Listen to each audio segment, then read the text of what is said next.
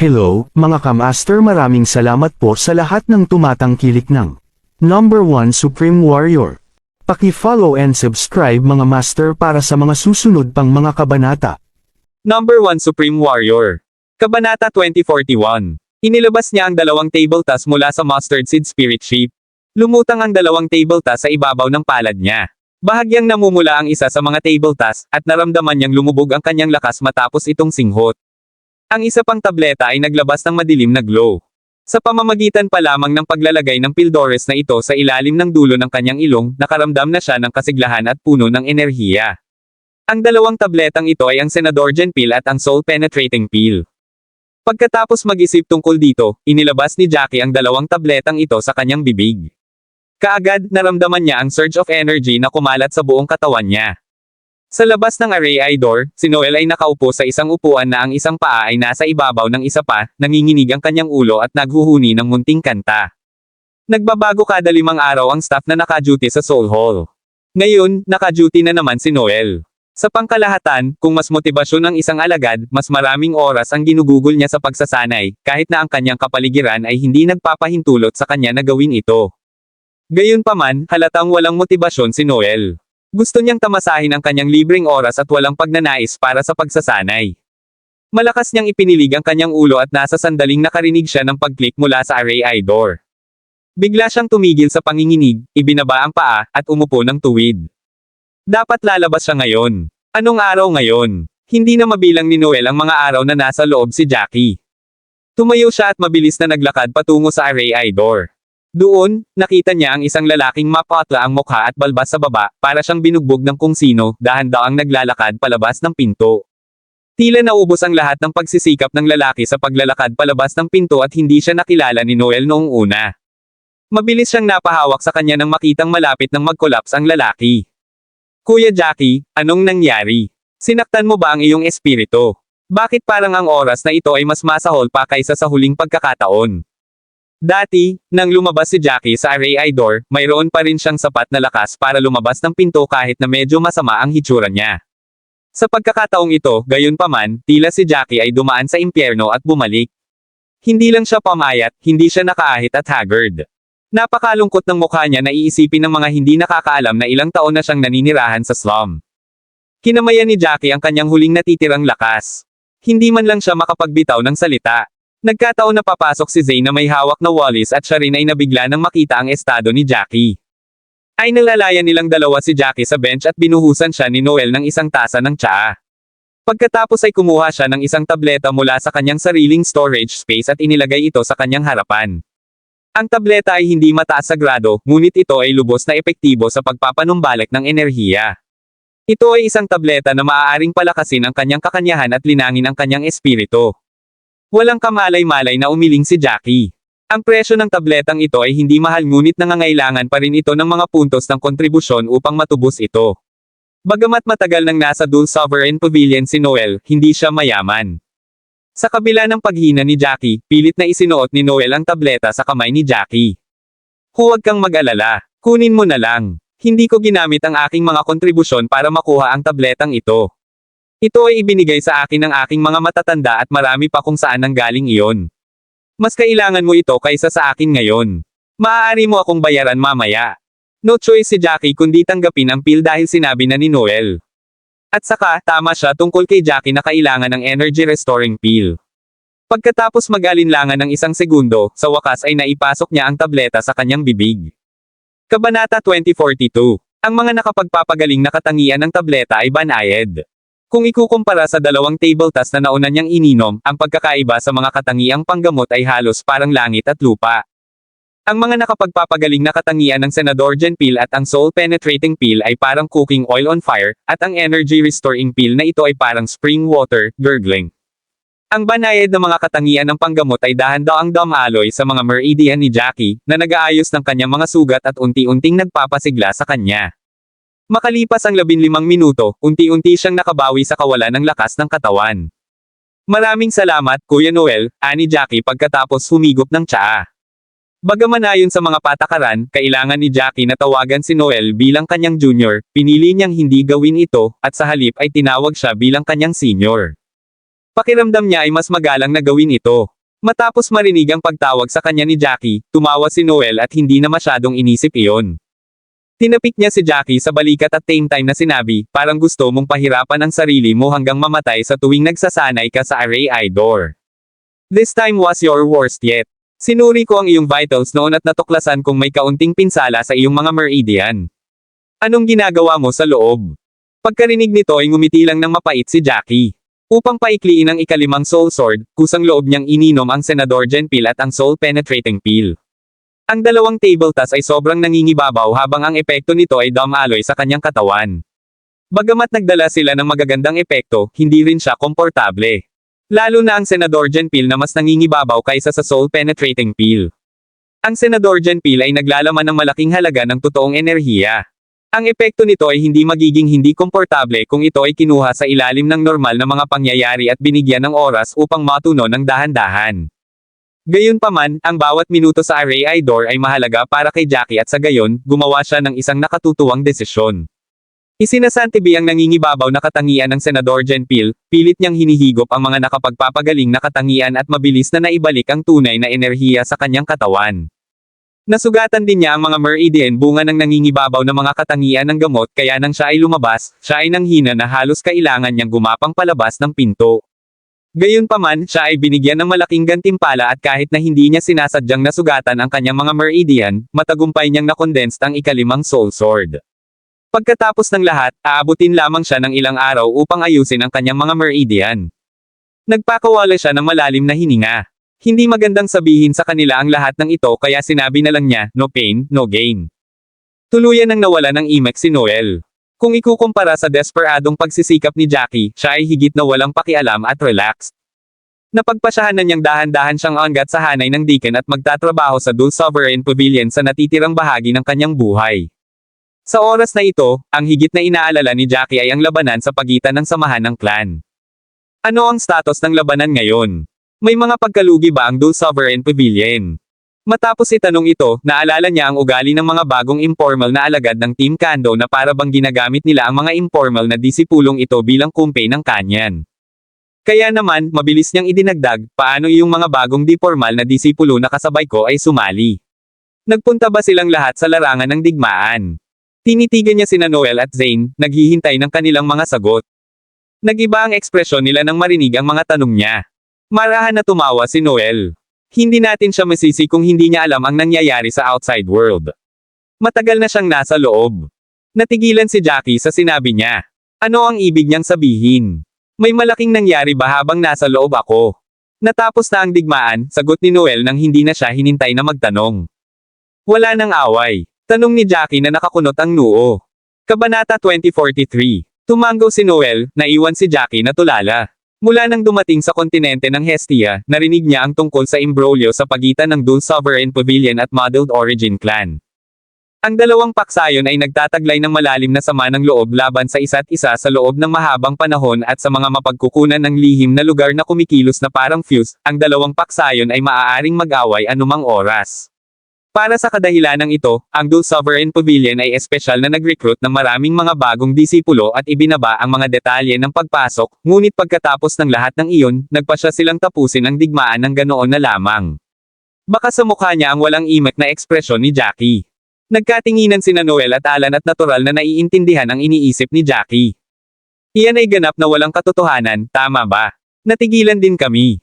Nanawagan sila ng paghinto sa digmaan sa ikalimang araw mula nang magsimula ito na mga ikatlo o ikaapat na araw na nasa loob ka ng Array Door. Ang lahat ng mga disipulo, diakono, at iba pa na lumahok sa digmaan ay tinawag na pabalik. Sa kabutihang palad, hindi malala ang mga nasawi, at 5 o 6 lamang ang namatay. Tutal, lahat ay nasa probang stage pa lamang sa simula ng digmaan, nakangiting sabi ni Alan. Muling sumando si Jackie, napangiwi ang kanang mata at puno ng pagkalito ang mukha. Ano ang punto ng pagdaan sa lahat ng problemang iyon upang tapusin ang digmaan sa loob ng 5 araw? Bahagyang tumawa si Noel at humigop ng inuming tsaa. Oo, bakit kailangan mong dumaan sa lahat ng problema? Pero alam mo, may iba pang nangyari ngayon na lalo kang hindi makapagsalita. Agad na napalingon si Jackie at tumingin kay Noel na nagpatuloy. Ngayon, naglabas ng panibagong anunsyo ang Dual Sovereign na nagsasabing gusto nilang mag-recruit ng isa pang batch ng mga informal na disipulo sa loob ng 5 araw. Agad na nabalot ng pagdududa ang mga mata ni Jackie. Bakit gusto pa nilang mag-recruit ng mga informal na disipulo? Ang digmaan ay tumigil, at walang kakulangan ng mga disipulo sa Dual Sovereign Pavilion. Ano ang silbi ng pagkuha ng napakaraming disipulo? Nais ng bawat asosasyon ng clan na piliin ang pinakamahusay sa pinakamahusay na pag-aalaga, ngunit ano ang silbi ng pagpili mula sa tinanggihang lote? Halatang hindi rin mo-ari ni Alan. Nagtataka niyang tanong, bakit nila ginagawa ito? Hindi ko talaga maintindihan. Maaaring ang Dual Sovereign Pavilion ay may kakulangan ng mga disipulo. Malinaw na alam ng tatlo sa kanilang mga puso na walang pagkukulang sa mga alagad. Bukod dito, ang mga mapagkukunan ng mga asosasyon ng clan ay limitado. Mangangailangan sila ng mas maraming mapagkukunan kung plano nilang mag-recruit ng higit pang mga disipulo. Maging ang batch ni Jackie ay lumampas na sa limitasyon. Kaya natural na sa kanila ang maghinala. Hindi ko naintindihan nung una, pero after thinking about it, I kinda understand what they're doing. Alam mo ba kung paano tumigil ang digmaan? Tuloy-tuloy na sabi ni Noel, narinig ko na ang Thousand Lives Pavilion ang nagpahinto nito, sabi ni Alan ng walang lakwatsa. Thousand Lives Pavilion. Tanong ni Jackie na nakataas ang kilay. Bagamat 3 salita lang ang sinabi ni Jackie ay sabay na natigilan sina Alan at Noel. Walang imik na sinulyapan ni Noel si Jackie. Inilagay niya ang tasa ng tsaa na hawak niya sa mahabang mesa, ibinaling ang kanyang katawan, at may masalimuot na ekspresyon sa kanyang mukha na nagsabing, talaga bang nabubuhay ka sa ilalim ng bato sa lahat ng ito? Paanong hindi mo alam ang tungkol sa Thousand Lives Pavilion? Hindi talaga alam ni Jackie. Bago pumasok sa asosasyon ng clan, binalak niyang dahan-daang alamin ang tungkol sa West Cersei State, ngunit kapag nakapasok na siya, sunod-sunod na ito at sa gayon ay wala siyang masyadong alam tungkol sa mundong ito. Hindi niya namamalayan na binibigkas ang 3 salita. Nawala na siya ng bantay simula nang ituring niyang kaibigan si Noel. Kinamot ni Jackie ang kanyang ilong at sinabing, oo, nabanggit ko na nakatira ako sa ilalim ng bato at kakaunti ang nalalaman tungkol sa West Cersei State. Kabanata 2044. Napatingin sina Noel at Alan kay Jackie na parang nagbibiro. Gayunpaman, hindi ito ang unang pagkakataon na nangyari ito kaya mabilis siyang inalam ni Noel. Ang Thousand Lives Pavilion ay ang pangalawang 4th grade clan association at isa rin sa 2 pinakamakapangyarihang clan associations sa loob ng West Cersei States, novel drama. Matibay din ang ating Dual Sovereign Pavilion ngunit kung ikukumpara sa Thousand Lives Pavilion, ito ay nakikitang kulang pa rin. Sa katunayan, ang Dual Sovereign Pavilion at ang Model Origin Clan ay nasa jurisdiction ng Thousand Lives Pavilion. Dapat ay may dahilan kung bakit biglang itinigil ng Thousand Lives Pavilion ang labanan sa pagitan ng 2 asosasyon ng clan. Bukod dito, narinig ko na ang Sectmaster ng Thousand Lives Pavilion ang personal na humawak sa bagay na ito. Dahil ang Sectmaster mismo ang lumapit, ang aming Dual Sovereign Pavilion at Modeled Origin Clan, na parehong 3rd grade clan associations, ay hindi nang ahas na suwayin ang kanyang mga utos. Ngunit ang Thousand Lives Pavilion ay hindi pa nakikialam sa ganitong uri ng mga bagay dati at karaniwang pumikit kahit na maraming mga bihasang mandirigma ang namatay sa digmaan sa pagitan ng 2 asosasyon ng clan. Pagkatapos magpaliwanag, tumingin si Noel sa malayo na may pagmumuni-muni sa mukha. Tumango si Jackie at may bahid ng pag-aalinlangan na sinabi, kaya ang sinasabi mo ay isang malaking bagay na malapit nang mangyari at ang Sectmaster ng Thousand Lives Pavilion ay walang pagpipilian kundi ang lumapit para itigil ang digmaan sa pagitan ng 2 asosasyon ng clan. At nananatili tayo sa dilim dahil sa ating mababang katayuan. Tumango si Noel. Iyon talaga ang ibig niyang sabihin. Aalamin natin sa hinaharap, ngunit ang pagtigil ng digmaan ay isang magandang bagay para sa amin. Bagamat ang digmaan ay magpapatalo sa ating pagiging epektibo sa pakikipaglaban at mabuti para sa pagpapabuti ng ating cultivation base, gayunpaman ito ay lubhang mapanganib. Gusto kong lumahok sa isang digmaang tulad nito. Walang pakialam na tumango si Jackie. Parang may naisip bigla si Noel. Ibinalik niya ang tingin sa malayo at itinoon iyon kay Jackie. Mula sa storage space, naglabas siya ng 2 set ng palm-sized array boards at inilagay sa harap ni Jackie. Kunin ang 2 maliliit na defense array board na ito. Ito ay magiging kapaki-pakinabang sa iyo sa mga kritikal na oras na ito. Ang 2 maliliit na array ng depensa ay nakaukit ng rune curse seal at naglalabas ng mahinang cyan light. Ang mga rune curse seal na ito ay patuloy na nagpapalitan ng mga posisyon na nagpabago sa hugis ng rune curse seal. Bagaman sila ay maliit, gayunpaman sila ay maibigan at napakahusay na ginawa ng isang master. Pakiramdam ni Jackie ay napakamahal ng regalo, at agad na umiling, ngunit bago pa niya masabi ang anumang bagay, sinabi ni Noel, gaya ng sinabi ko, kung saan ka pupunta, mas kakailanganin mo ito kaysa sa akin at kung sa tingin mo ay masyadong magastos ito, maaari mo akong palaging ibalik sa mga puntos ng kontribusyon. Alam kong hindi ka mahilig mangutang ng pabor sa tao kaya tretuhin mo ito habang pinapahiram ko ito sa iyo. Ang mga salita ni Noel ay may epekto sa pag-angat ng pasanin ni Jackie ngunit bigla siyang may naisip at agad na umiling muli. Paano mo nalaman na susunod akong pupunta sa Mount Beasts? Ngumisi si Noel at sumulyap sa kanya. Siyempre pupunta ka sa Mount Beasts. Kahit pilit mong pigilan ang iyong emosyon, masasabi kong interesado ka talaga sa lugar na iyon ang pinag-uusapan ito ni na Morten at Gerald sa harap namin. Maaari ka talagang makakuha ng maraming puntos sa lugar na iyon. Ang pinakakulang sa iyo sa kasalukuyan ay mga puntos. Ang tanging lohikal na opsyon pagkatapos ng larangan ng digmaan ay ang Mount Beasts. Tumango si Jackie. Plano ko ngang pumunta in the near future, pero hindi ko pa napagdesisyonan kung kailan ako pupunta. I keep on having this feeling na this time, medyo kakaiba na ang mga bagay. Mas mabuting manatili dito ng ilang araw. Ilang sandali pa silang tatlo at umalis na si Jackie matapos matanggap ang maliliit na defense array boards. Sa pagbabalik, gusto ni Jackie na dumaan sa 7 Stars Hall ngunit nagpa siya na hindi ito. Binalak niyang ipagpalit ang kanyang huling natitirang 10 puntos para sa mapa ng Mount Beasts na nagpapakita ng danger rating ng bawat lugar. 6 Kabanata 2045. Ang mapa ay mura at kapaki-pakinabang. Sa pamamagitan nito, mahahanap ng isa ang mga detalye ng kinaroroonan ng mga hayop at ang antas ng kanilang kahirapan. Ang mga halimaw na hayop ay may napakalakas na konsepto ng mga teritoryo, at ang mga mahihina ay hindi kailanman saisalakay sa mga teritoryo ng makapangyarihang mga hayop. Ang mga mandirigma na gustong makaligtas sa paglalakbay sa Mount Beasts ay makakakuha ng kanilang mga kamay sa isang mapa na tulad nito. Gamit ang mapa na ito, magagawa nilang manatili malapit sa lugar kung saan naruroon ang mga halimaw na mababa ang antas. Sa mga sitwasyong ito, hanggat hindi sila masyadong malas o hindi sinasadyang makapasok sa pugad ng matataas na antas na mga halimaw, lalabas silang hindi nasaktan. Si Jackie, sa pagiging maingat, ay hindi pumunta sa 7 Stars Hall mismo ngunit sa halip, hiniling kay Brooke na pumunta sa kanyang kahalili upang walang makaalam na hawak niya ang mapa. Mas mabuting maging ligtas kaysa magsisi. Walang sino man ang maglalakas loob na gumawa ng anumang bagay na masyadong lantad sa kanya habang nasa loob pa siya ng Dul Sovereign Pavilion ngunit ibang kwento kung nasa labas siya. Hindi natakot si Jackie sa ibang mga alagad ngunit alam niya kung nasaan ang kanyang limitasyon. Walang garantiya na makakalabas siya ng buhay kung ang kanyang mga kaaway ay nagpadala ng isang grupo ng mga bihasang mandirigma upang sundan siya.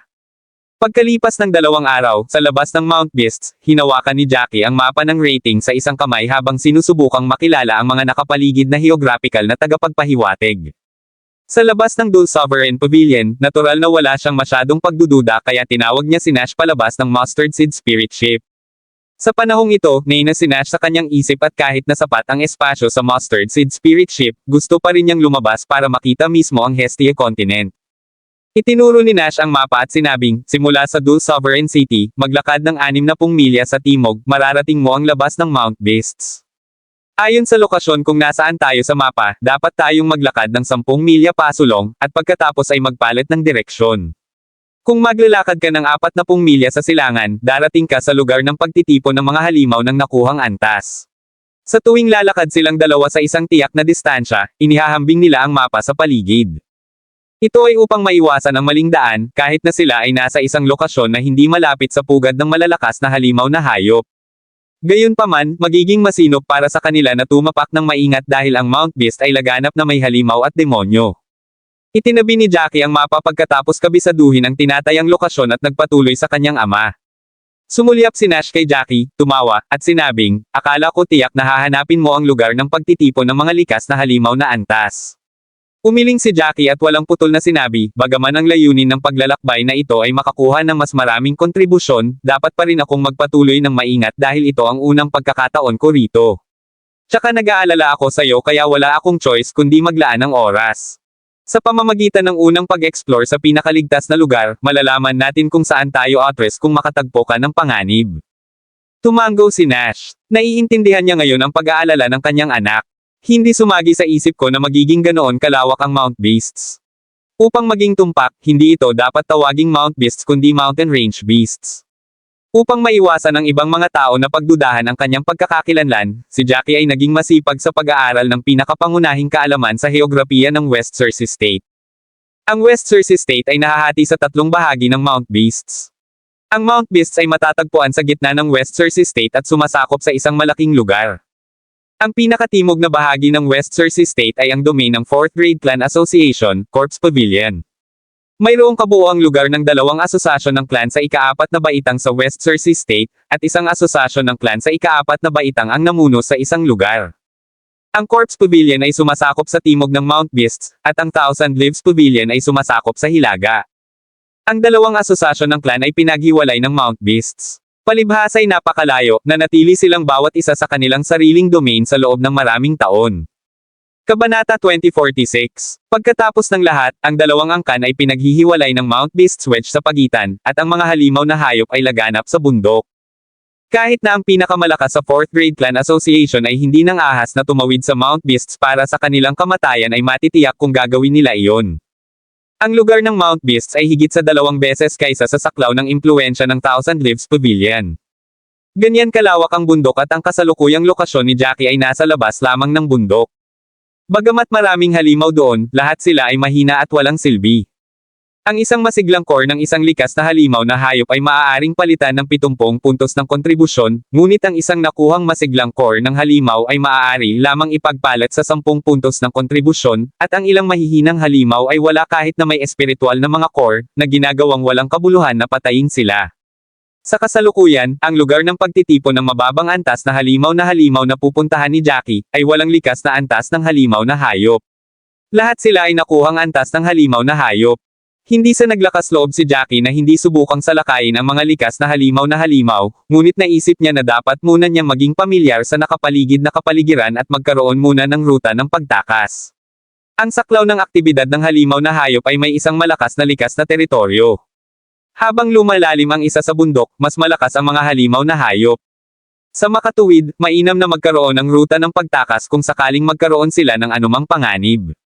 Matapos malaman ni Nash ang plano ni Jackie, tinapik niya ito sa balikat at sinabing, mas maingat ka kaysa sa inaakala ko. Kaya hindi ko na kailangang mag-alala tungkol sa iyo. Humalaklak si Jackie at hinawakan ang ilong niya. Maaari nitong mabawasan ang panganib. Totoo na ang mga nakuhang antas na monster ay nagkakahalaga ng higit pang mga puntos, ngunit mas mapanganib din ang mga ito.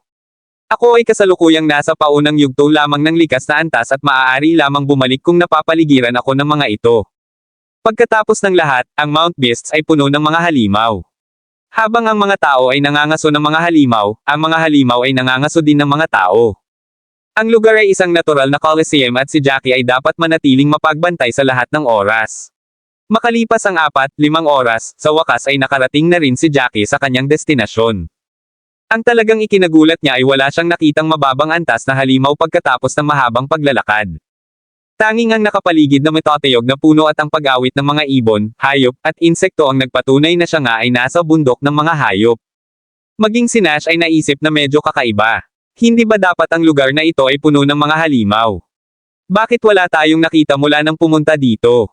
Tumanggaw si Jackie, ang kanyang mga mata ay iniskan ang paligid na parang mga falcon. Maaaring ang mga halimaw na hayop sa lugar na ito ay nahuli ng malinis. Iyon lang ang logical deduction na naisip niya. Kumunat ang noo ni Nash. Nang makitang kinuha ni Jackie ang mapa ng rating para sa mapanganib na lugar ng Mount Beast, nag-aalangan niyang sinabi, sa palagay ko ay hindi na tayo dapat maniwala sa mapa na ito. Ito ay malinaw na hindi tumpak. Pagkatapos ng lahat, hindi natin alam kung kailan iginuhit ang mapa na ito. Maaaring inilipat ng mga halimaw ang kanilang pugad. Biglang nagpanteng ang tenga ni Jackie, at bigla siyang napalingon. Hininaan niya ang kanyang boses at nagtanong, naramdaman mo ba ang ihip ng hangin ngayon? Nang makita ni Nash ang maingat na ekspresyon ni Jackie, mas nadagdagan din ang pagbabantay niya. Nagsimula na rin siyang mag-scan sa paligid ng matatayog na puno. Gayunpaman, tanghali na noon, at sumikat na ang araw sa pinakagitna. Kahit matataas ang mga puno, naglalabas pa rin ang sikat ng araw sa mga puwang ng mga dahon, na nagbibigay liwanag sa paligid.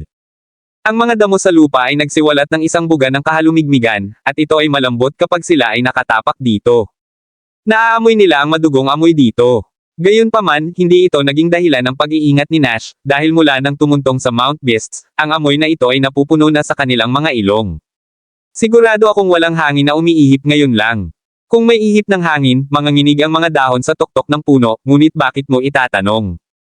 Kabanata 2047. Sumimangot si Jackie. Noon, naimbak na niya ang rating map sa Mustard Seed Spirit Ship. Nakarinig na lang ako ng kaluskos, parang may dumadaan sa mga palumpong. Walang pakialam si Nash. Dapat iyon ang halimaw na darating. Oras na para makatagpo tayo ng isa. Pagkasabi niya noon ay unti-unting lumalapit ang isang bagay na kulay asul mula sa malayo. Matapos pumasok sa paningin ni Nash at ng kanyang anak ang bagay na iyon ay sabay silang natigilan. Isa itong halimaw na parang lobo na kasing tangkad ng tao. Napapaligiran ito ng ice blue icicle. Ang mga mata ng halimaw na hayop ay asul din ng yelo, at naglalabas ito ng malamig na aura. Parang icicle ang balahibo sa katawan niya. Matapos hawakan ang nakapalibot na damo, ang mga damo ay agad na natatakpan ng isang layer ng hamog na nagyelo. Sumimangot si Jackie at umiling, "It's a frost wolf." Ngunit ano ang ginagawa ng isang frost wolf dito? Bago pumunta sa Mount Beasts, naglaan din si Jackie ng oras upang malaman ang tungkol sa mga uri ng halimaw na hayop na madalas na lumitaw sa bundok, at sa isang sulyap, nakilala niya ang frost lobo, isang halimaw na madalas na nagmumulto sa paligid ng Mount Beast. Ang frost wolf ay isang halimaw na hayop ng intermediate stage ng likas na antas. Ito ay kasing laki ng isang baka at naglalabas ng isang ice sword attack na napakabilis nito. Ang average na yugto ng pagsisimula ng likas na antas ng manlalaban ay hindi nito katugma sa lahat. Nagtataka si Nash kay Jackie nang marinig ang tono nito. Huminga ng malalim si Jackie at hinawakan ang braso ng ama. "Pumunta ka muna sa Mustard Spirit Ship." Ang halimaw na hayop na ito ay isang intermediate na yugto ng likas na antas. Nang marinig ito, nagbago ang ekspresyon ni Jackie. Hindi dapat lumitaw ang isang likas na halimaw sa antas kung nasaan sila. Ito ay isa pang daang milya upang pumunta upang maabot ang lugar kung saan sila pinakaaktibo. Gayunpaman, hindi ito ang oras upang magtaka tungkol sa lahat ng ito. Tumango si Nash at na-distort ang espasyo sa paligid niya nang siya ay naging isang sinag ng liwanag at bumulusok sa Mustard Seed Spirit Ship. Kahit na si Nash ay mayroon ding cultivation base, ang kanyang cultivation ay pinakamabuting isang martial artist lamang sa nakuhang antas. Hindi niya matulungan si Jackie at pabigatin lang siya. Ito ay pinakaligtas para sa kanya na bumalik sa Mustard Seed Spirit Ship. Tinitigan ng Frost Wolf si Jackie na may masamang tingin na para bang isang masarap na pagkain. Ang mga halimaw na hayop sa likas na antas ay may pambihirang katalinuhan at maaaring mag-isip tulad ng isang tao. Biglang umatras si Jackie. Malinaw na nakita ng Frost Wolf ang kanyang cultivation level, at hindi siya sineseryoso. Ipinakita nito ang matatalim na pangil sa kanya, parang pos ang pinaglalaroan ang daga, na para bang sinasabi kay Jackie na walang paraan para makatakas siya.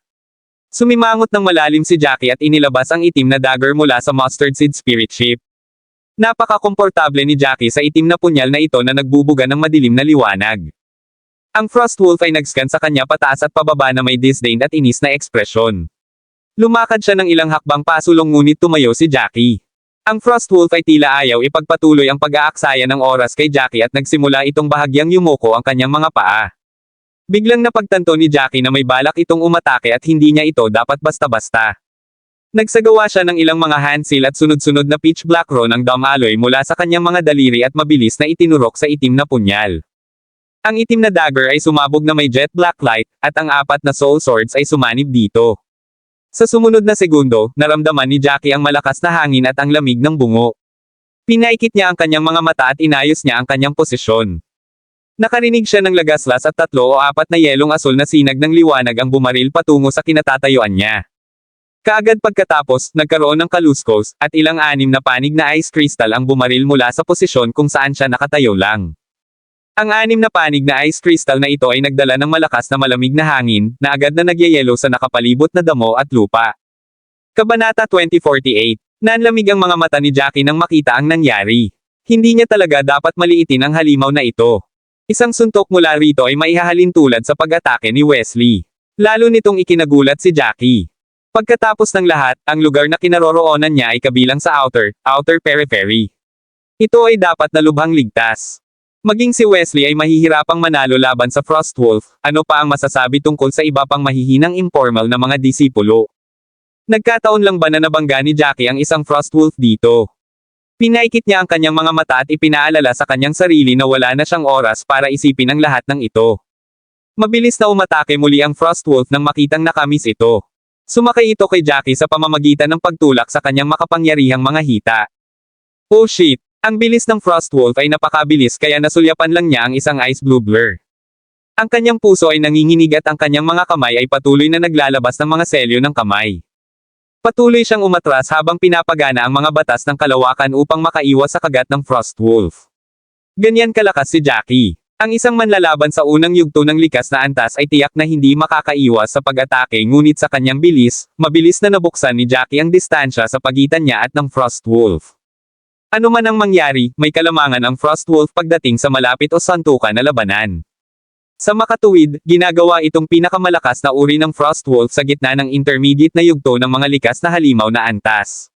Ang ice blue na mga mata ay lumipad sa direksyon kung saan tumakbo si Jackie. Bahagyang naningkit ang mga mata nito, at tila nagulat na mas malakas ang taong nasa harapan nito kaysa sa inaakala nito.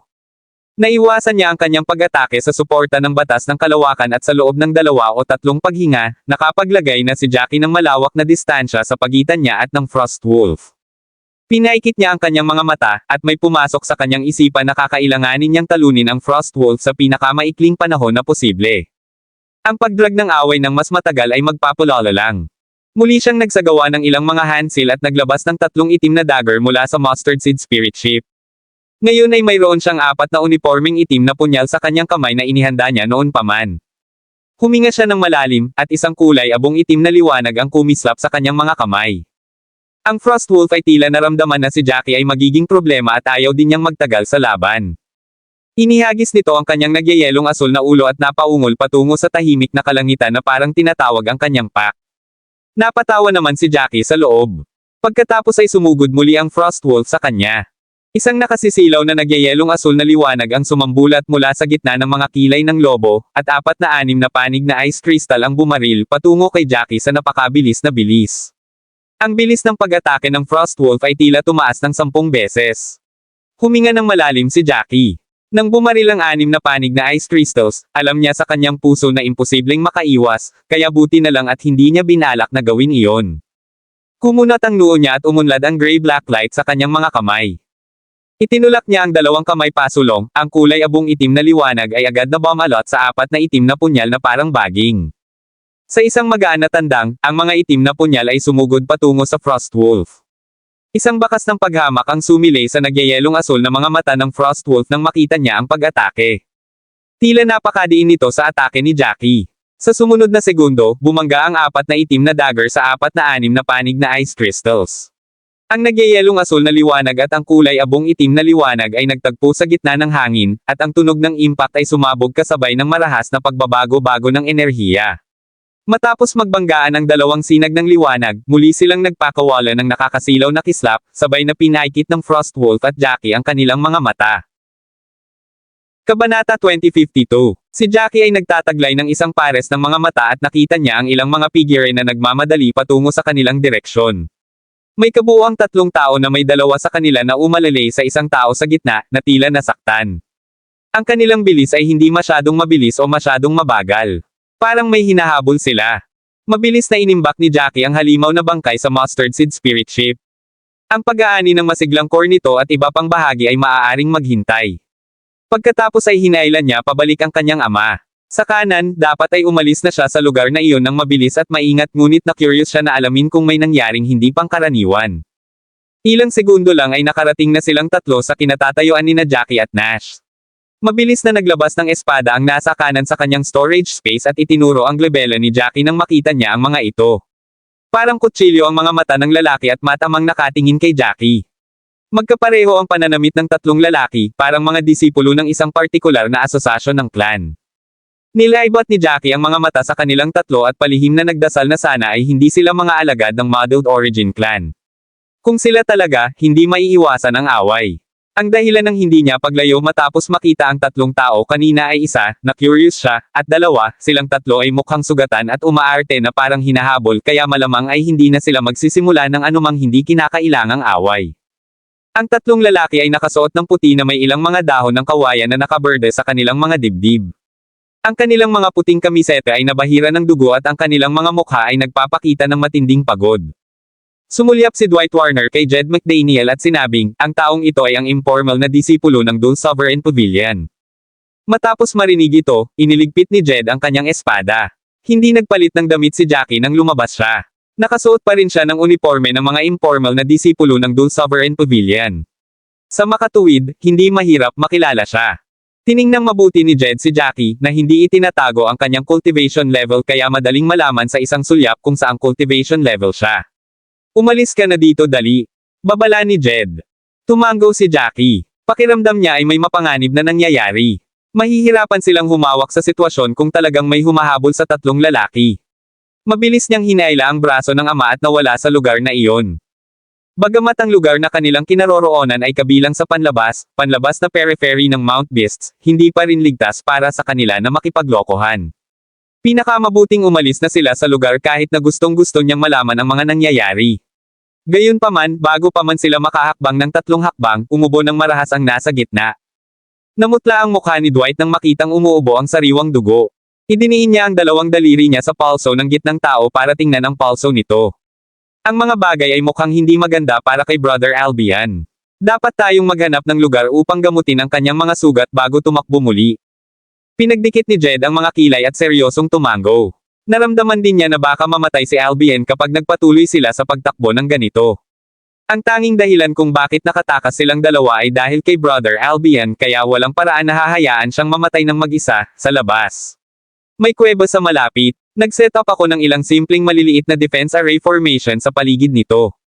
Magtago kayong 3 dyan if you don't mind, agad na sabi ni Jackie. Alam ni Jackie na dapat siyang mag-ingat sa mga estranghero gayunpaman, binalaan siya ng isa sa kanila tungkol sa lugar upang hindi sila maging masasamang tao.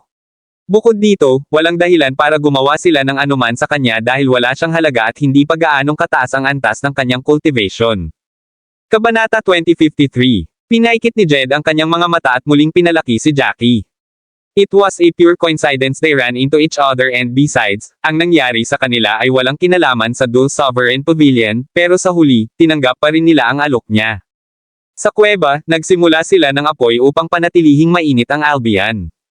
Ang mga may cultivation ay karaniwang hindi apektado ng init o lamig ngunit malubhang nasugatan ang Albion at ang temperatura sa paligid ay bumababa ng hindi maipaliwanag, kaya kinailangan nilang mag-apoy. Sandaling nagpakilala ang 3 nang makarating sila sa kuweba. Lahat sila ay mga informal na disipulo ng Thousand Leaves Pavilion. Natarante si Jackie dito. Sa Dul Sovereign Pavilion, ang huling yugto ng likas na antas ng disipulo ay mapopromote na sa isang formal na disipulo ngunit sa Thousand Leaves Pavilion, kailangan nilang manatili bilang isang informal na disipulo. Ito ay dahil sa ang huling sekta ay isang sekta sa ika-4 na baitang. Nawala ng malay si Albion dahil sa kanyang mga sugat, ginamaw ni na Jed at Dwight ang kanyang sugat at pinunasan ang mga mantsa ng dugo sa kanyang mukha. Nang may nakakunot na mga kilay, inilabas nila ang lahat ng masiglang damo mula sa kanilang singsing na imbakan para ibigay kay Albion. Medyo nabalisa si Jed. Yung mga asterisk shoals. Ipaghihiganti ko si Brother Albion kahit anong mangyari. Seryosong tumango si Dwight. Gagawa ako ng report tungkol dito kapag nakabalik na tayo sa Thousand Leaves Pavilion. Tiyak na seseryosohin nila ang bagay na ito. Nagkatinginan sina Jackie at Nash saka bahagyang umubo si Jackie at nagtanong, if you don't mind me asking, what happened? Napagtanto niya na hindi nila sasabihin sa kanya ang anumang bagay kung ito ay tungkol sa sama ng loob sa pagitan ng 2 asosasyon ng clan o isang bagay na confidential, ngunit siya ay masyadong mausisa. Tiningnan siya ni Jed at sinabing, walang dapat itago. Nagkaroon kami ng run-in kasama ang mga tao mula sa Corpse Pavilion. Nagbago ang ekspresyon ni Jackie nang marinig niya ito. Hindi niya namalayang napataas ang boses niya nang magtanong siya ng Corpse Pavilion. Mga disipulo mula sa ika-4 na baitang Corpse Pavilion. Tumango si Jed, bumakas sa buong mukha ang galit na parang hindi na makapaghintay na lipulin ang buong Corpse Pavilion. Oo, sila? Okay. Higit pa rito, sa tingin ko ay hindi mo sila karaniwang mga alagad dahil nasa spring solidifying level na ang pinuno ng grupo. Nag-iba na naman ang ekspresyon ni Jackie. Hindi nakapagtataka kung gaano sila nasugatan. Ito ay isang purong himala na sila ay nakaligtas sa ilalim ng pag-atake ng isang spring solidifying level fighter. Gayunpaman, may isa pang tanong si Jackie sa kanyang isipan. Ang Corpse Pavilion ay nasa timog ng West Cersei State at ang kanilang sphere of influence ay wala dito. Paano naging posible para sa kanila na makapunta kapag mayroong Mount Beasts kasama ang mapanghamak na mga halimaw nito sa pagitan? Napabuntong hininga si Dwight. Nagulat din kami nang makita namin sila dito. Kung tutuusin, sa napakaraming taon, hindi sila pupunta rito kung hindi sila inimbitahan ng Thousand Leaves Pavilion. Ang Mount Beasts ay nagsisilbing natural na regional barrier na perpektong naghihiwalay sa Corpse Pavilion mula sa Thousand Leaves Pavilion. Hindi namin nakalain na bigla silang susulpot dahil masyadong malayo ang puwersa sa magkabilang panig at walang hangganan sa pagitan nila.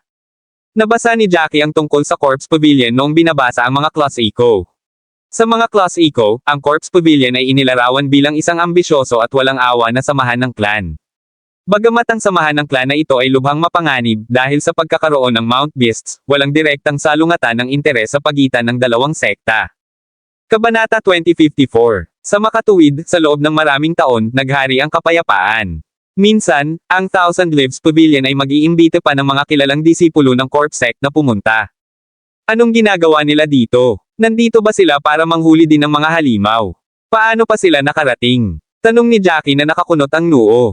Mula sa geographical na pananaw, ang West Cersei State ay independent sa ibang mga kontinente. Napapaligiran ito ng dagat. Kung gusto ng isa na umalis sa West Cersei State, dapat gumamit ng teleportation array. Dahil ang West Cersei State ay napapaligiran ng dagat kaya dapat dumaan ang Corpse Pavilion sa Mount Beasts para makarating dito. Gayunpaman, ang Mount Beasts ay sumasakop sa isang napakalawak na lugar, at ang gitnang bahagi ng bundok ay puno ng malalakas na halimaw. Napaka-teritorial ng mga malalakas na halimaw na ito. Kung sino man ang manggahas na tumuntong sa kanilang teritoryo, tiyak na aatake sila ng mga malupit na halimaw na ito. Kahit na ang kanilang cultivation ay umabot sa spring solidifying level, imposible pa rin na makadaan sa Mount Beasts nang hindi nasaktan. Kaya naman, natural lang sa kanilang lahat na magulat sa kanilang hitsura doon. Nakakatakot tingnan ang ekspresyon ni Jed. Buti na lang at nakilala ko ang kanilang uniforme pagkatapos kong makita ang kanilang mga alagad sa isang piging minsan. Actually, ngayong naisip ko na, siguradong hindi sila tumawid sa Mount Beasts. Walang paraan na mayroon silang lakas ng loob na gawin iyon. Lalong naguluhan si Jackie matapos marinig iyon. Napakurap siya at nagtanong, kung gayon, paano sila napunta rito? Gumamit ba sila ng teleportation array? Hindi ba malalaman ng Thousand Leaves Pavilion kung may pupunta sa kanilang teritoryo kung gumamit sila ng teleportation array? Ang paggawa ng isang teleportation array ay nangangailangan ng maraming masiglang kristal. Ang bawat hanay ng teleportasyon ay nasa ilalim ng kontrol ng sekta. Kung dumating sila sa hilaga mula sa timog ng walang pahintulot, tiyak na matutuklasan sila ng mga tao ng Thousand Leaves Pavilion. Ang katotohanan na ang sekta ay hindi nakatanggap ng balita tungkol dito ay nangangahulugan na sila ay dumating ng walang pahintulot. Ang sino mang kukuha ng teleportation array mula sa timog hanggang sa hilaga ay sasailalim sa mahigpit na investigasyon kaya may isang paraan lamang para sila ay hindi matukoy. Hindi sila sasailalim sa mahigpit na pagsisiyasat kung gagamitin muna nila ang teleportation array upang pumunta sa ibang mga kontinente, at pagkatapos ay mula doon gamitin ang teleportation array para pumunta dito. They would only need to change their clothes and we would be none the wiser, sabi ni Dwight na nakakunot ang noo. Hindi mahalaga kung paano sila dumating, ang katotohanan na ginawa nila ito ng palihim ay nangangahulugan na sila ay tiyak na nasa isang bagay na hindi mabuti. Hindi nawala sa mukha ni Jackie ang malalalim na linya ng pagkunot ng noo niya. Paano kayong lahat nasaktan? Sinalakay ka ba nila nang makita kanila? Nagdilim ang ekspresyon ni na Dwight at Jed at sinulyapan ni Jed ang walang malay na si Albion. Pumunta kaming tatlo sa Mount Beasts para manghuli ng ilang halimaw at mga bagay na dumaan ng hindi nangyari sa mga unang araw. Kahapon ko lang nadiskubre ang mga alagad ng Corpse Pavilion na may palihim na ginagawa habang nasa kamay ang array flags habang nagmamasid sa paligid pagkatapos nating makapasok ng 100 milya sa bundok, sabi niya na puno ng guilt ang mukha. Biglang tumaas at bumagsak ang dibdib ni Jed nang makarating sa susunod na bahagi ng kanyang kwento at puno ng puot ang kanyang mga mata. Hindi sumagi sa isip ko na makikita ko ang mga alagad ng Corpse Pavilion dito at sa sobrang gulat ko nakalimutan kong itago ang presensya ko. Kasalanan ko lahat na nadiskubre nila kami tapos wala. Sa pagsasabi ng kahit ano, sinugod nila kami ng kanilang mga armas. Hindi na kailangang sabihin, ang Spring Solidifying Fighter ay dumating din sa amin. Nakakatakot tingnan ang ekspresyon ni Jed. Duguan ang kanyang mga mata at ang tanging naririnig lang nila ay ang makapal na guilt sa kanyang boses. Nadama ni Jackie na dapat siyang makonsensya sa hindi pananatiling kalmado sa harap ng mga hindi inaasahang pangyayari. Hindi sana matatapos ang mga bagay sa ganitong paraan kung itinago niya ang kanyang presensya sa oras. Kabanata 2055. Huminga ng malalim si Jed at nagpatuloy sa pagsasalita, noon, alam kong may problema ako at ayoko nang makaladkad ng iba, kaya tumalikod ako at tumakbo. Ngunit, nagsimulang mag-alala si Brother Albion tungkol sa akin nang hindi ako nakabalik sa takdang oras kaya hinanap niya ako, at iyon ay kung paano siya nadala rito. Ginawa ni Brother Albion ang lahat para protektahan ako, ganun din si Kuya Dwight. Sa kabutihang palad, si Brother Albion ay may instrumento sa pagtatanggol na maaaring hamarang sa atake ng Spring Solidifying Level Fighter. Ngunit kahit noon pa man, kami ay nasugatan pa rin at nakatakas lamang pagkatapos ihagis ang instrumento para pigilan sila. Biglang parang may naramdaman, umubo ng marahas si Albion at tumulo ang dugo sa gilid ng labi niya. Ang kanyang mahigpit na nakapikit na mga mata ay kumikibot at parehong humantong at si Dwight ay sumugod sa kanyang tabi upang pakalmayan ang kanyang mga sugat gamit ang kanilang sariling lakas. Ilang beses pang umubo si Albion at dahan-daang iminulat ang kanyang mga mata. Napakahina pa niya. Kuya Albion, kumusta ang pakiramdam mo? Gumaan na ba ang pakiramdam mo? Nag-aalalang tanong ni Jed. Nahihirapang tumango si Albion. Kahit sa mga oras na ganito, sinubukan niyang ngumiti isang ngiti na mas nakakadurog ng puso kaysa sa pag-iyak niya. Huwag kang mag-alala, okay lang ako. Nasaan tayo ngayon? Mabilis na sinabi sa kanya ni Jed ang lahat mula sa itaas hanggang sa ibaba. Nagdilim ang mukha ni Albion nang mapagtantong nasa Mount Beasts pa sila. With his last energy, he grabbed Jed's collar and in a weak voice said, "Iwan mo ako at umalis ka dito bilis." Hindi sila titigil sa paghabol sa atin hanggang sa mamatay tayong lahat. Muli siyang umubo ng marahas. Alam ko, Kuya Albion, pero nasaktan ka ng husto. Malalagay tayo sa gulo kapag nagpatuloy tayo sa ganito. Huwag kang mag-alala, talagang ilalabas ka namin sa Mount Beasts, naluluhang sabi ni Jed. Ang mga salitang iyon ngayon ay tila naubos ang huling lakas ni Albion. Muli siyang nawala ng malay samantalang si Jed at Dwight ay nagsimula na namang magpanik. Nagdilim ang mukha ni Jackie dahil sa wakas ay napagtanto niyang may na-encounter siyang nakakalito. Hindi na niya kinailangan pang lumingon para malaman na ang ekspresyon ni Nash ay malamang nakapareho niya. Sinabi ko na sa iyo. Dapat ay umalis na tayo sa bundok na ito ilang araw na ang nakalipas. Ligtas sana tayo noon, sabi ni Nash sa mahinang boses. Magkagayunman, ang mga bagay ay hindi umunlad sa isang tunay na mapanganib na antas kaya't si Jackie ay hindi gaanong nag-aalala pagkatapos ng lahat, sila ay nasa labas na ng bundok. Kakailanganin lamang nilang maglakad ng 2 o 3 milya para tuluyang makalabas ng bundok at hindi na sila magtatagal bago makarating sa lungsod pagkatapos ay ang Dul Sovereign Pavilion. Itutulak lang siya nito sa mapanganib na lugar kung magpanik siya ngayon. Bigla siyang napatayo at naging dahilan ito para gawin din nila Jed at Dwight habang nakatingin sa kanya na may pagtatanong na ekspresyon. Kailangan na nating umalis dito ngayon. Mas mahirap kung ipagpaliban natin, ani Jackie na nakakunot ang noo. Nagdilim ang mukha ni Jed. Sinulyapan niya ang walang malay na si Albion at alam niyang tama si Jackie. Hindi mahalaga kung gaano siya hindi makatiis na kalagkarin si Albion para tumakbo sa kanyang estado, kailangan niya, kung gusto nilang maiwasan ang mas malaking gulo. Chapter 2056. Hindi tayo pwedeng umalis ng ganito, seryosong sabi ni Nash. Lahat sila ay napalingon sa kanya na may pagkalito sa kanilang mga mata. Umubo si Nash at nagpatuloy sa pagpapaliwanag, what I mean was, we need to make sure the surrounding area is cleared before leave. Hindi ba't sinabi ninyong lahat na gagawin nila ang lahat para patayin kayong lahat para matiyak na hindi kayo makakapag-ulat tungkol sa kanila? Bagamat nasa labas tayo ng bundok, walang katiyakan na hindi nila maaaring tingnan ang lugar na ito bilang isang pangunahing sona ng pagmamasid. Logic naman ang sinabi ni Nash. Nagpalitan sila ng tingin sa isa't isa at lahat ng ekspresyon nila ay solemn na.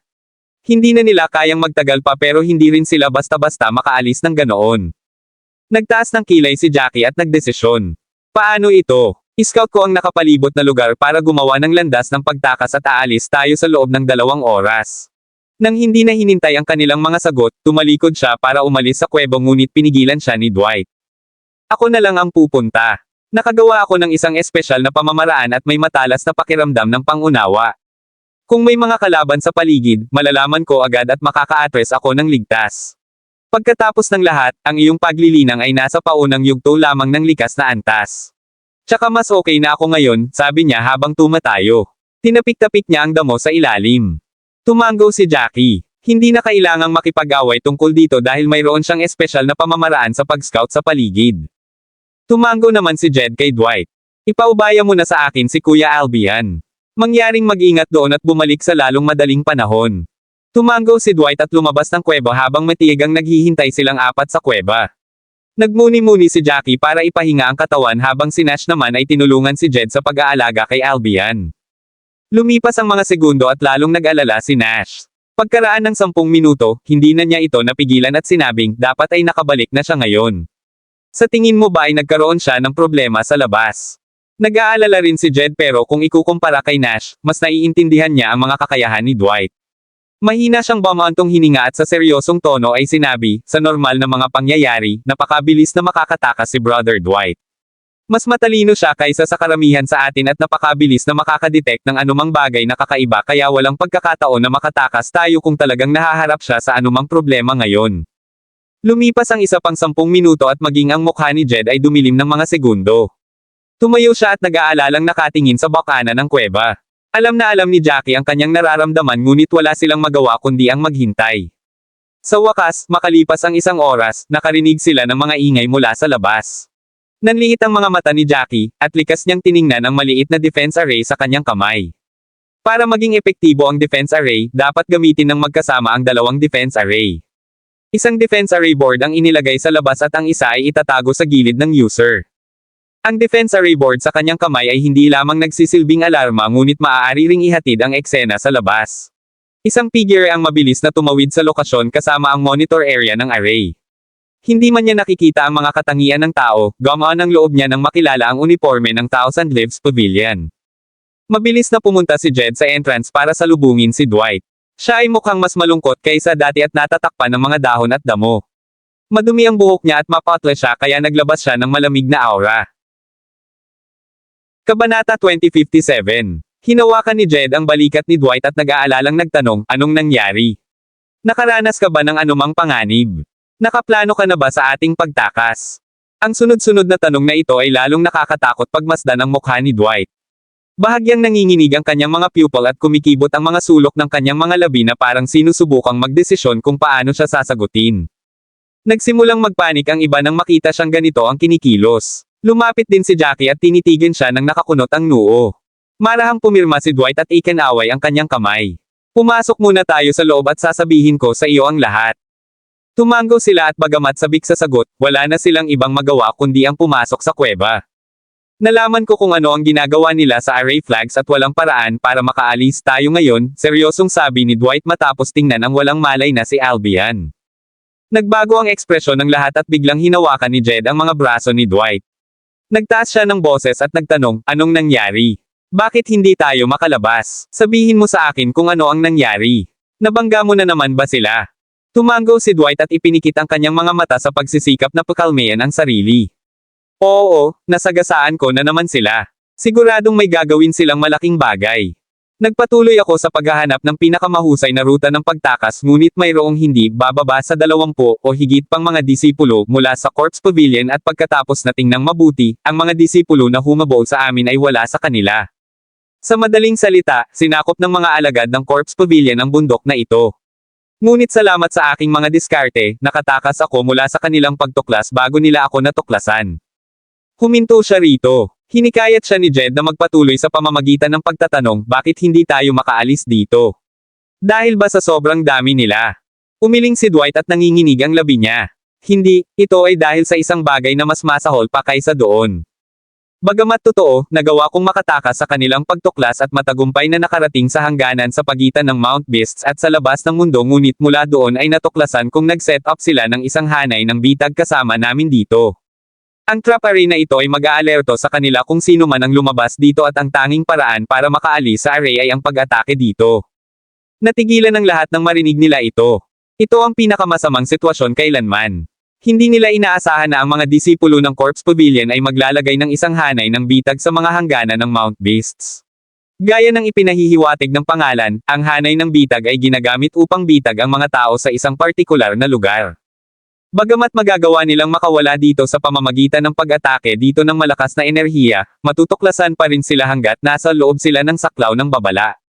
Pagkatapos, ang mga nakapaligid na disipulo ng Corpse Pavilion ay darating at aatake ng pangkat-pangkat, at walang makakaligtas noon. Biglang tumilapon si Jed na parang lobo sa lupa at nanginginig ang buong katawan. Parehong dumilim ang mukha ni Nash at Jackie, akala nila ay ligtas na sila kapag narating na nila ang labas ng bundok ngunit ngayon ay parang napakawalang muwang. Napatingin si Nash kay Jackie at nagtanong, ano ang dapat nating gawin ngayon? Kabanata 2058. Umiling si Jackie. Wala rin siyang ideya. Walang paraan upang makalabas sila ng ligtas maliban kung ang balita ng kanilang pagkakakulong ay nakarating sa Dul Sovereign Pavilion. Wala silang ideya kung ano ang susunod na gagawin ng mga disipulo ng Corpse Pavilion. Mahigpit ba silang maghahanap sa lugar na kanilang kinaroroonan? Kung gagawin nila, si Jackie at ang iba ay walang alinlangan na walang kahirap-hirap na maalis. Nang makita ang ekspresyon ng lahat, sinimulan ni Dwight na pag-isipan kung dapat ba siyang magpatuloy sa pagsasalita at nagpa siya, sa huli, na gawin iyon dahil ang ilang mga salita ay hindi maaaring iwanang hindi binibigkas. Huminga siya ng malalim at sa malungkot na boses ay nagsabi, sa daan, nakita ko ang maraming bangkay. Karamihan sa kanila ay ang mga katawan ng mga disipulo sa loob ng Thousand Leaves Pavilion Sphere of Influence at ang ilan sa kanila ay hindi kaakibat na mga magsasaka.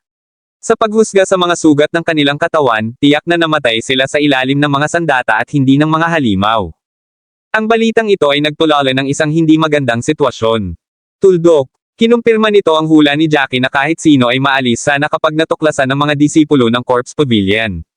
Parehong ang Dul Sovereign Pavilion at Modeled Origin Clan ay nasa saklaw ng impluensya ng Thousand Leaves Pavilion na hindi nakakagulat dahil ang dating dalawang asosasyon ng clan ay nasa ikatlong baitang lamang habang ang huling asosasyon ng clan ay ang tanging pang-apat na baitang samahan ng clan sa buong hilagang bahagi ng West Cersei State. Sa makatuwid, ayon sa mga alituntunin, ang mga asosasyon ng mas mababang antas ng clan ay kailangang sumunod sa mga utos ng mas mataas na antas ng asosasyon ng clan kaya iyon ang dahilan kung bakit ang dalawang asosasyon ng clan ay tumulong sa Thousand Leaves Pavilion kahit na hindi sila kabilang sa parehong mga asosasyon ng clan. Ang ginagawa ng mga disipulo ng Corpse Pavilion ay walang habas na pagpatay. Ang kamatayan ay hindi maiiwasan hanggat ang isa ay hindi kabilang sa kanilang sariling asosasyon ng clan. Nang malaman ito, sa wakas ay napagtanto ni Jackie at ng iba pa kung gaano kahirap ang kanilang sitwasyon. Ang mukha ni Jackie ay itim na parang kulog. Ano ang susunod nating gagawin?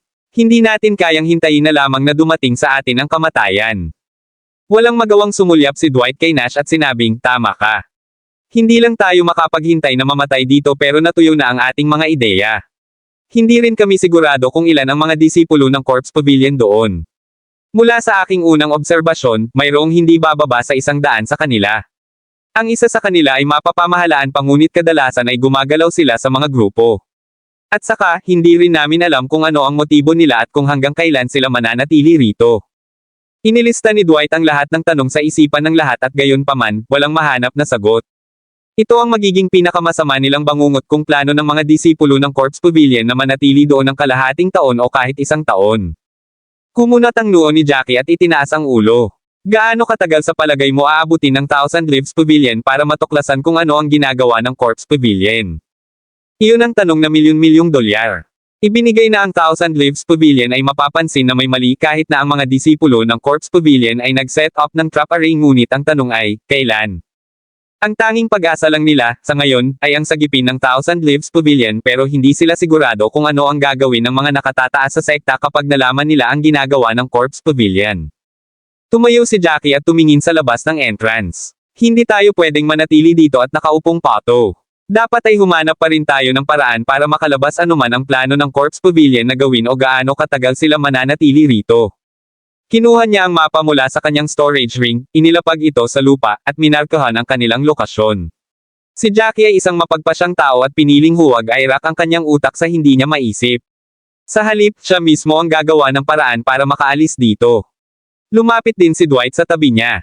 Kabanata 2059. Alam nating lahat na ang pinakamagandang bagay na maaari nating gawin ngayon ay maghanap ng paraan upang makalabas ngunit paano natin magagawa kung napakarami ng mga disipulo ng Corpse Pavilion na iyon? Walang magawang tanong ni Dwight matapos tingnan ang mapa. Pagkatapos ay iminuwestern niya ang bilog na lokasyon kung saan sila naruroon. Walang ibang taguan sa lugar na ito maliban sa kuwebang ito. Ang tanging lugar na maaari nating puntahan ay itong talampas dito ngunit malamang na mamatay tayo kung aakyat tayo sa mga pader doon kaya't maghintay na lang tayo rito. Nawalan siya ng pag-asa pagkatapos niyang sabihin iyon. Hindi si Dwight ang tipong madaling sumuko kapag naging mahirap ang mga bagay-bagay ngunit sa pagkakataong ito, halatang napagtanto niyang napaatras sila sa isang sulok.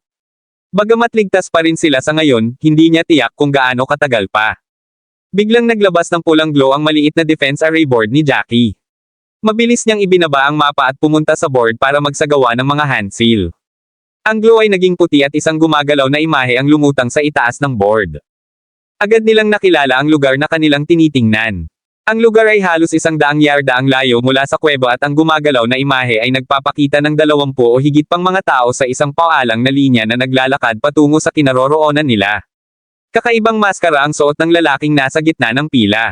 Ang maskara ay gawa sa mga pira-piraso ng buto at ang mga pulang ron ay nakasulat sa buong ibabaw nito.